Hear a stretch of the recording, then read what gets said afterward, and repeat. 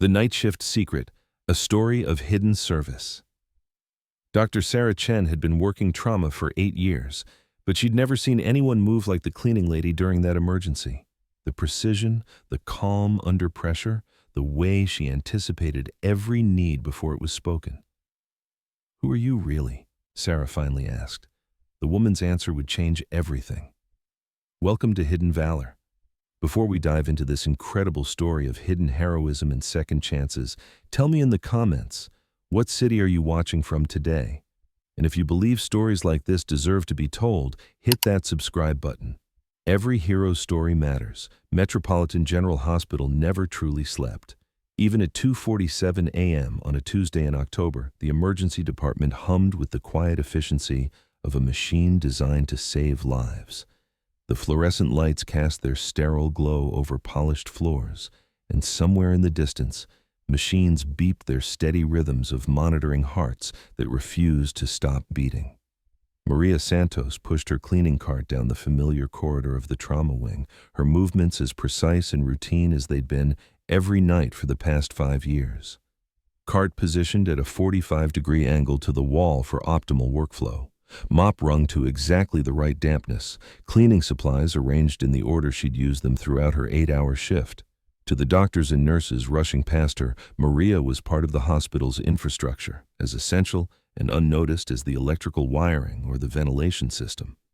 She cleaned up the messes that came with saving lives: blood on floors, vomit in hallways, the chaos that emergency medicine left in its wake. What they didn't see was the way Maria's eyes tracked the medical equipment as she worked, how she instinctively categorized the urgency of different alarms, the way she positioned herself to stay out of medical teams' paths while maintaining visual access to trauma rooms where critical decisions were being made. Maria Santos was 48 years old, stood 5'4", and had been working the graveyard shift in housekeeping for 5 years. According to her employment file, she'd moved to the city from Phoenix after her husband's death, seeking a fresh start in a place where she could disappear into the anonymity of a large hospital system. What her employment file didn't mention was that for 23 years before that, Maria Santos had been one of the most decorated paramedics in Arizona, that she'd run over 12,000 emergency calls, delivered 47 babies, and pulled survivors from car wrecks, building collapses, and natural disasters across the Southwest. What it didn't mention was why she'd walked away from a career that had defined her entire adult life to push a mop through the same hospitals where she'd once saved lives. Dr. Sarah Chen knew none of this as she finished her chart notes in the trauma bay, barely registering the sound of Maria's cartwheels on linoleum. Sarah was in her 3rd year of emergency medicine residency, working the overnight shift that separated the dedicated from the merely interested. She'd chosen emergency medicine because she thrived on the unpredictability, the split-second decisions, the adrenaline rush of snatching people back from the edge of death. At 3:15 a.m., their two worlds collided in a way that would change both of their lives forever. The ambulance call came in as a priority 1, motor vehicle accident, multiple casualties, ETA 4 minutes. Sarah felt the familiar surge of controlled adrenaline as she prepared Trauma Bay 3, running through her mental checklist with the mechanical precision that came from thousands of hours of training. "What do we know?" she asked the charge nurse, Janet Morrison, a 20-year veteran who'd seen everything the city could throw at an emergency department. "Two-car collision at 5th and Main. Driver of the first vehicle is stable, walking wounded. Second vehicle," Janet's expression grew grim. "24-year-old female, unresponsive at scene, possible internal bleeding, vitals dropping fast." Sarah nodded, checking the trauma bay equipment one final time. Monitor, defibrillator, intubation kit, blood products standing by, everything exactly where it needed to be for the controlled chaos that was about to unfold. At 3:18 a.m., the ambulance doors burst open. The paramedic team wheeled in the stretcher with the fluid urgency that marked the difference between life and death calls. Tommy Rodriguez, a 10-year veteran of emergency services, was calling out vitals as they moved. 24-year-old female, unresponsive, blood pressure dropping, possible internal bleeding from blunt force trauma. Sarah stepped into her role seamlessly, her hands already moving before her brain had finished processing the information. "Trauma 3, let's go. What's her Glasgow coma scale?" 7 and falling. "We've got 2 large-bore IVs running, but she's bleeding faster than we can replace it." The patient was unconscious, her face pale beneath the oxygen mask. Sarah could see the telltale signs of internal hemorrhaging, the skin tone, the vital signs, the way the body was already beginning to shut down non-essential systems to preserve blood flow to critical organs. "I need a blood type and cross-match stat," Sarah called to the lab tech, "and get surgery on the line. We might need an OR." That's when everything started going wrong. The patient's blood pressure crashed from 90/60 to 70/40 in the span of 30 seconds. The monitor began showing the irregular rhythms that meant the heart was struggling to pump blood that wasn't there. "She's bleeding out," Janet said, her voice carrying the edge that came with watching someone die despite everyone's best efforts. Sarah worked frantically, starting a second IV line, pushing fluids, calling for blood products. But she could see what everyone in the room knew but wouldn't say out loud. They were losing her. That's when Maria stepped forward. She'd been cleaning the adjoining trauma bay, staying out of the way as she always did during emergency cases. But something about this patient, this situation, had triggered responses she'd buried for 5 years. "Doctor," Maria said quietly, stepping into the trauma bay. "The bleeding isn't just internal. Look at the way her abdomen is distending." Sarah glanced up, surprised to hear the cleaning lady speak during a medical emergency. But when she looked at the patient again, she saw what Maria had noticed, the subtle but unmistakable sign of blood pooling in the abdominal cavity.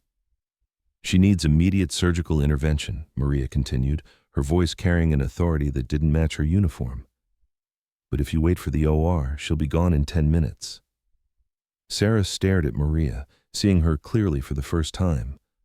The way she'd positioned herself in the trauma bay wasn't random. She was standing exactly where an experienced medical professional would stand for optimal access and visibility. Her eyes weren't wide with shock like a civilian's would be. They were calm, focused, calculating. "Who are you?" Sarah asked. But before Maria could answer, the patient went into cardiac arrest. The monitor's alarm screamed the flatlined tone that every medical professional both dreaded and was trained to respond to instantly. Sarah's hands moved to begin CPR, but Maria was already there. 30 compressions, 2 breaths, Maria said, her hands positioned perfectly on the patient's chest. "Sarah, I need you to get me an emergency thoracotomy kit." Sarah paused, her mind racing. The cleaning lady was giving her medical orders, using her first name, demonstrating clinical knowledge that shouldn't exist. "Maria, you need to step back. If you want this girl to live, you need to trust me right now," Maria said, never breaking rhythm with her compressions. "She has a penetrating cardiac injury from a rib fracture. We can fix it here, but we have maybe 3 minutes before irreversible brain damage." Something in Maria's voice, the absolute certainty and competence, made Sarah's decision for her. She grabbed the thoracotomy kit, watching in amazement as Maria's hands moved with surgical precision. "Janet, I need you to assist," Maria said, somehow managing the controlled authority of a senior physician while still wearing a housekeeping uniform. "Tommy, keep running fluids, but switch to O-negative blood products." "Ma'am, with all due respect," Tommy said, "you're not—" "I'm the person who's done this procedure 47 times in 23 years of emergency medicine," Maria said calmly, making an incision that was both confident and exact. "And right now, I'm the only person in this room who can save her life." Sarah watched, transfixed, as Maria's hands moved through a procedure that would challenge even experienced surgeons. Every movement was economical, purposeful, the result of muscle memory built through years of high-stakes emergency medicine. "There," Maria said, locating the source of bleeding and applying pressure with instruments that appeared in her hands as if by magic. "Sarah, I need you to assist with sutures. We need to repair this cardiac laceration and get her stabilized for transport to surgery." For the next 12 minutes, Sarah found herself assisting someone she'd thought was a cleaning lady in performing emergency surgery that was saving a young woman's life. Maria's hands never shook, her voice never wavered, and her clinical decisions were flawless. At 3:34 a.m., the patient's heartbeat stabilized. Her blood pressure began to climb. The monitor showed the steady, strong rhythm of a heart that was going to keep beating. "She'll need follow-up surgery to repair the internal damage," Maria said, cleaning her hands with the methodical precision of someone who'd done this thousands of times. But she's stable now. She's going to live. The trauma bay fell silent except for the steady beeping of monitors and the patient's restored breathing. Everyone stood staring at Maria, who was calmly picking up her cleaning supplies as if nothing extraordinary had happened. "Who are you?" Sarah asked again. Maria looked at her for a long moment, and Sarah saw something in her eyes that she recognized. The weight that came with making life-and-death decisions, the burden of carrying other people's emergencies, the exhaustion that never quite went away. "I used to be someone else," Maria said quietly. At 6:30 a.m., Sarah found Maria in the supply closet, restocking cleaning materials. "Can we talk?" Sarah asked. They sat in the empty break room, the weight of the night's events between them. 23 years, Sarah said. "You said you'd done that procedure 47 times. 23 years as a paramedic," Maria said quietly. "Started when I was 19. Phoenix Fire Department, then private emergency services. I thought I'd die in the back of an ambulance." "What happened?" Maria stared at her hands, steady, competent hands marked by years of medical and janitorial work. "Do you know what it's like to save someone's life? Not the textbook version, the real thing. When you bring someone back and know that every breath they take exists because of decisions you made in 30 seconds. Sarah nodded. "Now imagine doing that 12,000 times, being the person everyone calls when the worst day of someone's life happens, making split-second decisions about who lives and who dies." Maria's voice carried the exhaustion of accumulated trauma. "For 23 years, I lived on adrenaline and the knowledge that what I did mattered. I was good at it, really good. But you can't save everyone, and eventually, the ones you can't save start to weigh more than the ones you can." Sarah waited. Her name was Isabella Martinez, 7 years old, car accident on I-10. She was trapped in the back seat, parents dead on impact, but she was alive, conscious, talking to me while we extracted her. Sweet little girl, kept asking if her mommy and daddy were okay. Maria's voice became clinical, detached. We had her stabilized, ready for transport. Everything was going perfectly. And then, equipment failure. Something that happens maybe once in 10,000 calls. The stretcher restraint failed during loading, and she fell. Maria, head injury, massive trauma. She died in my arms in the back of the ambulance, 3 blocks from the hospital. 3 blocks. The break room was silent. That was my last call. I walked into the station that night, cleaned out my locker, and never went back. Sarah understood now. The precision, the anticipation, the calm competence, it all made sense. Why here? Why work in a hospital? Because this is where the work matters.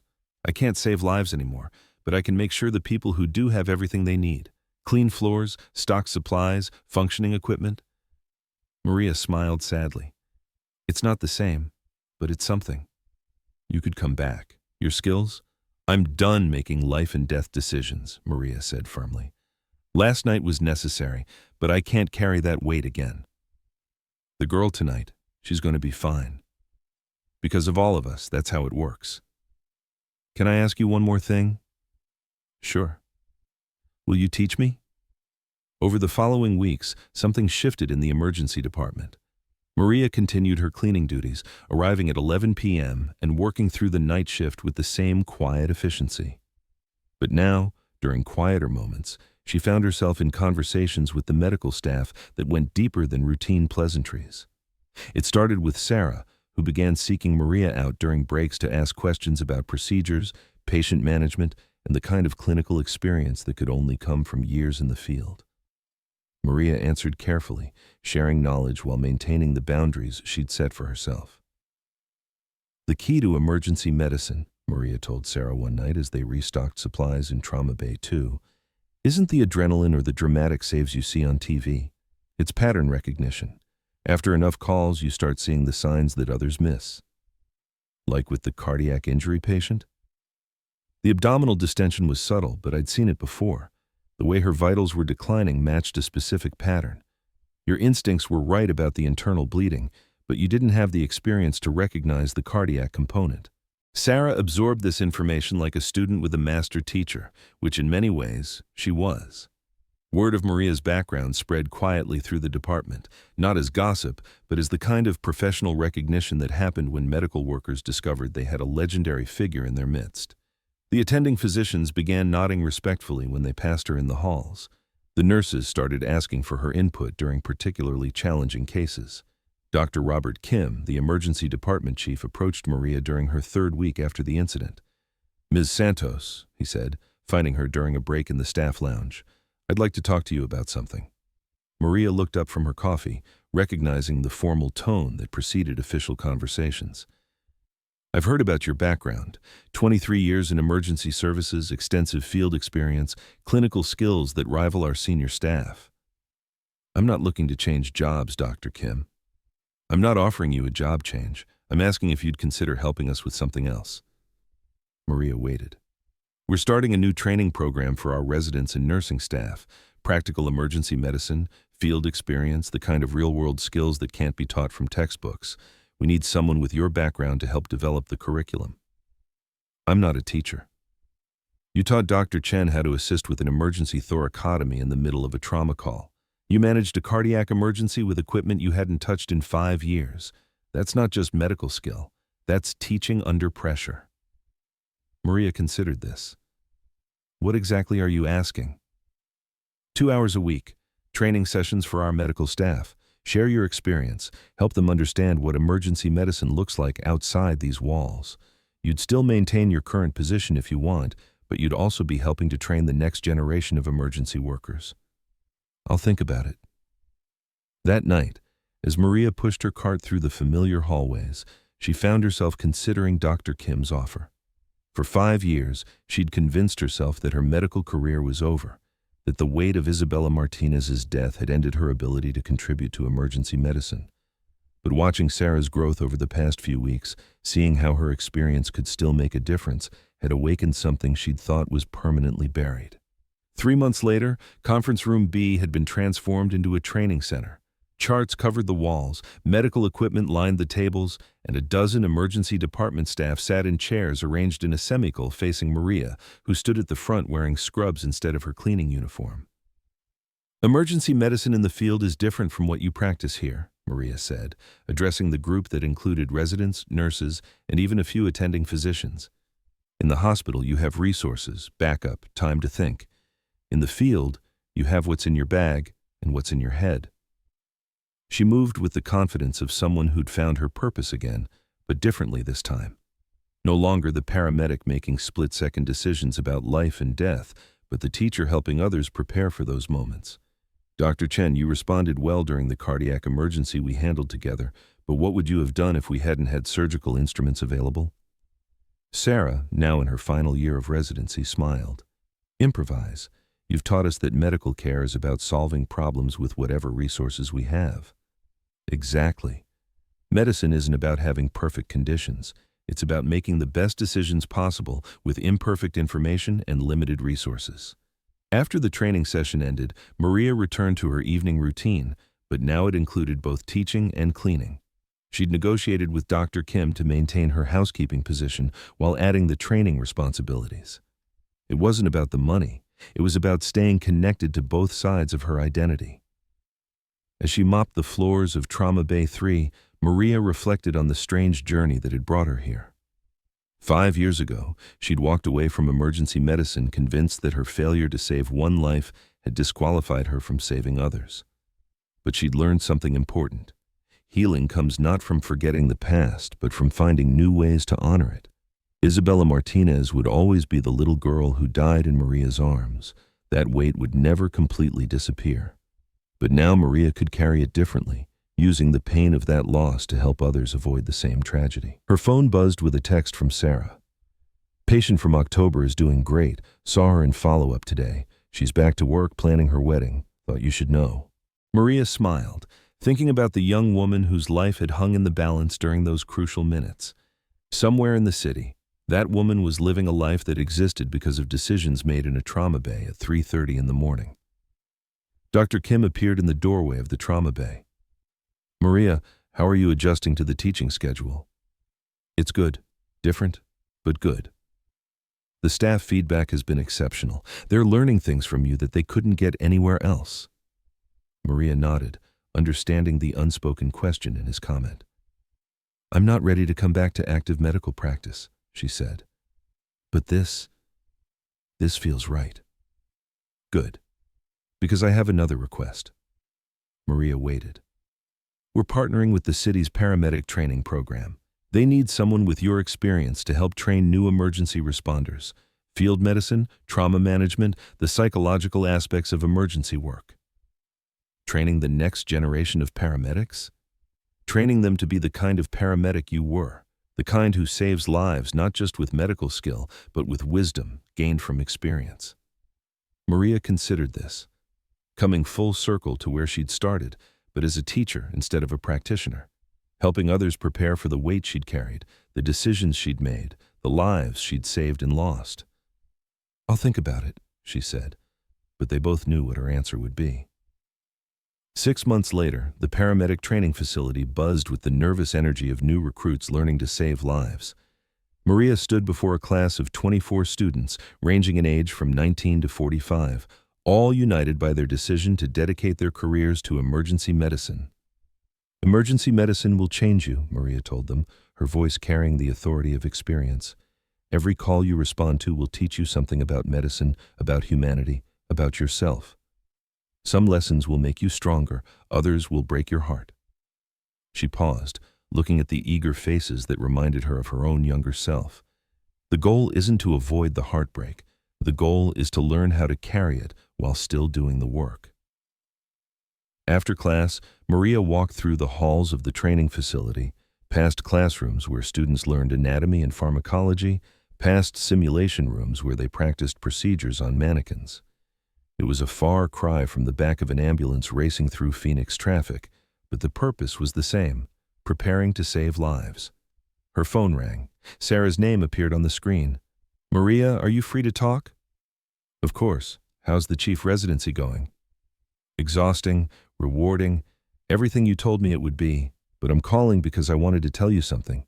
Remember the training session where you talked about pattern recognition? I remember. We had a case last night.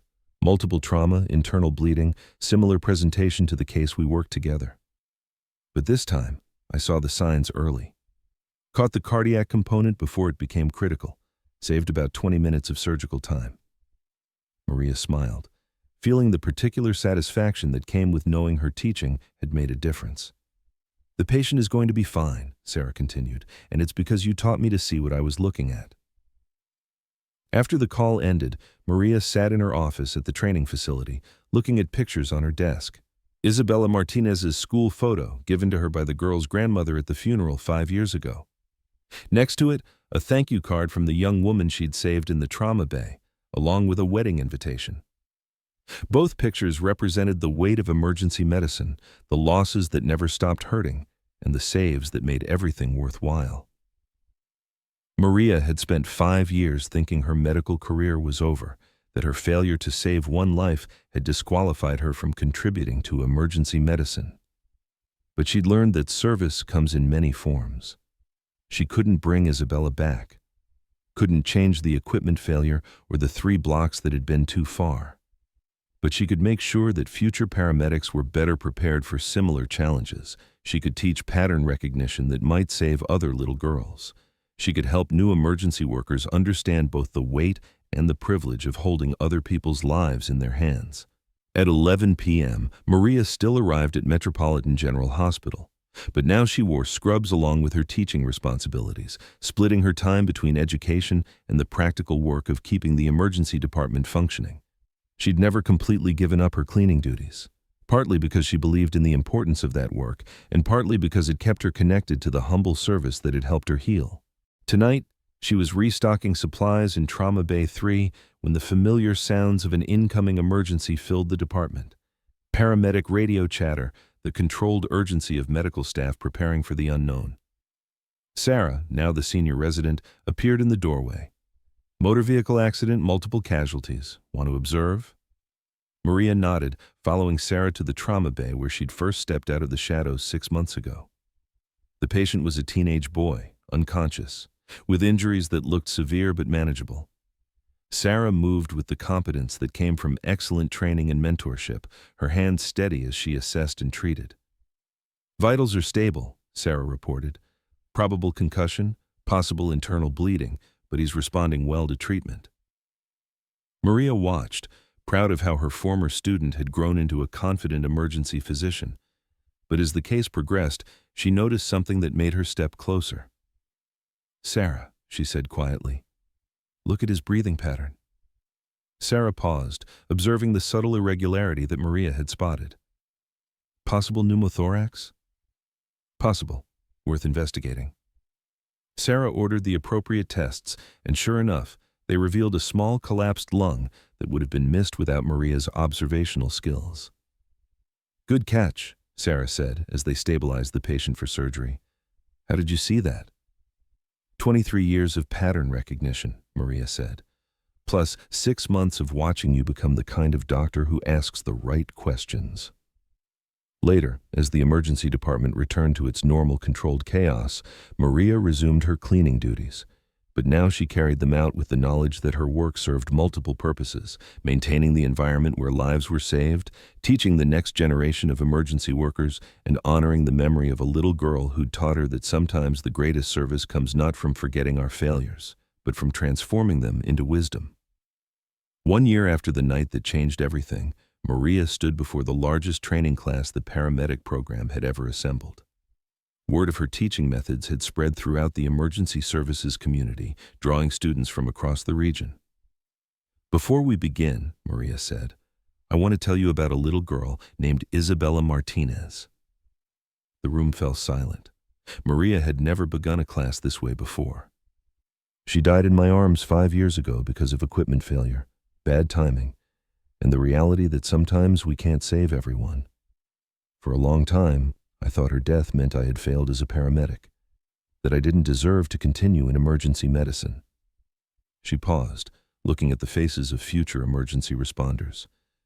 "But I learned something important from a very wise doctor. The goal isn't to avoid heartbreak. The goal is to learn how to carry it while still doing the work."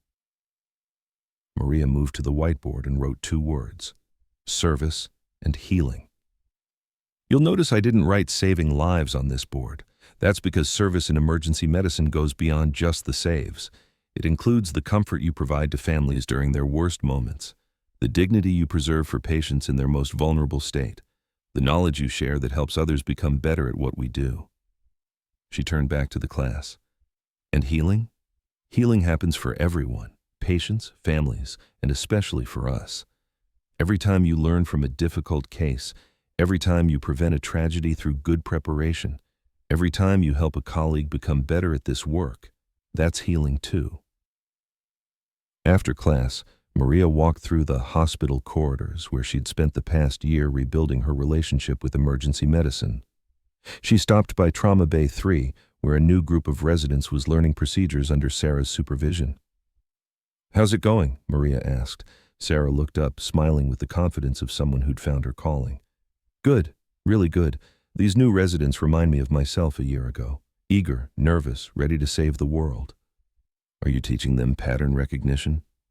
"Every day, along with everything else you taught me about seeing the whole picture, not just the obvious symptoms."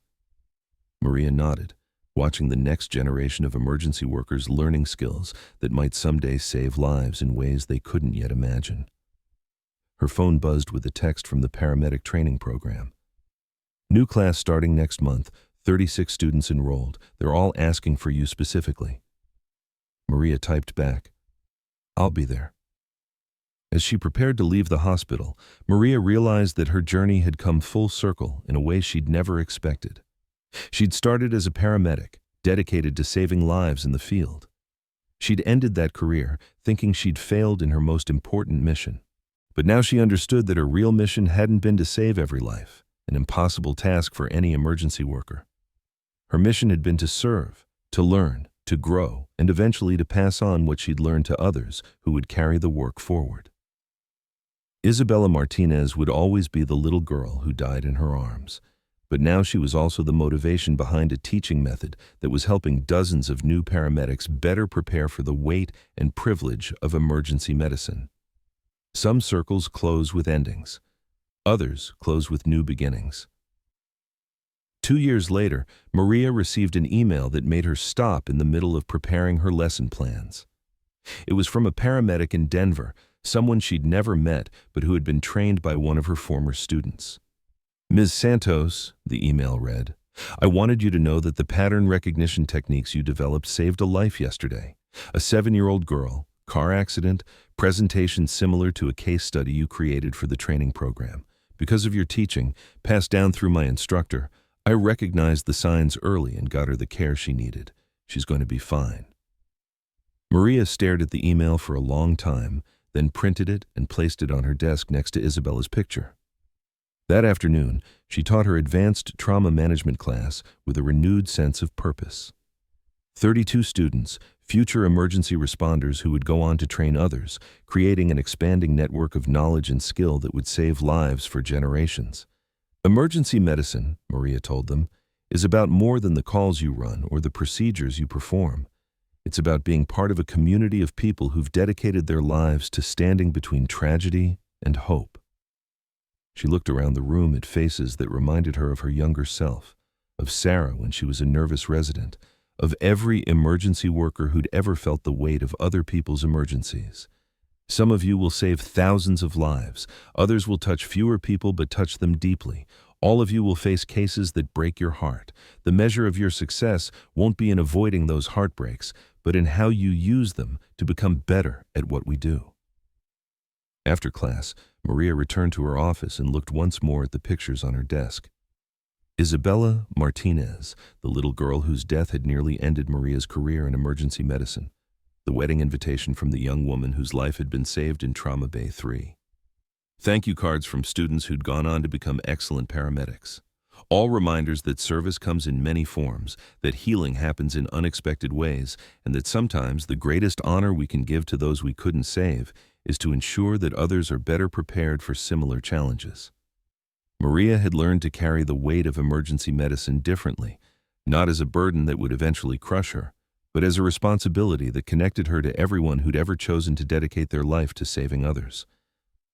The night shift at Metropolitan General continued, staffed by emergency workers who carried forward the knowledge and wisdom of those who'd come before them. And somewhere in the city, future paramedics were studying case studies developed by a former cleaning lady who'd once thought her medical career was over. Some stories end with retirement. Others end with transformation. Maria's story continued every time one of her students recognized a critical pattern, every time someone's life was saved because of knowledge passed down through generations of emergency workers, every time the weight of one loss was transformed into the wisdom that prevented others. The circle was complete, but it never stopped growing.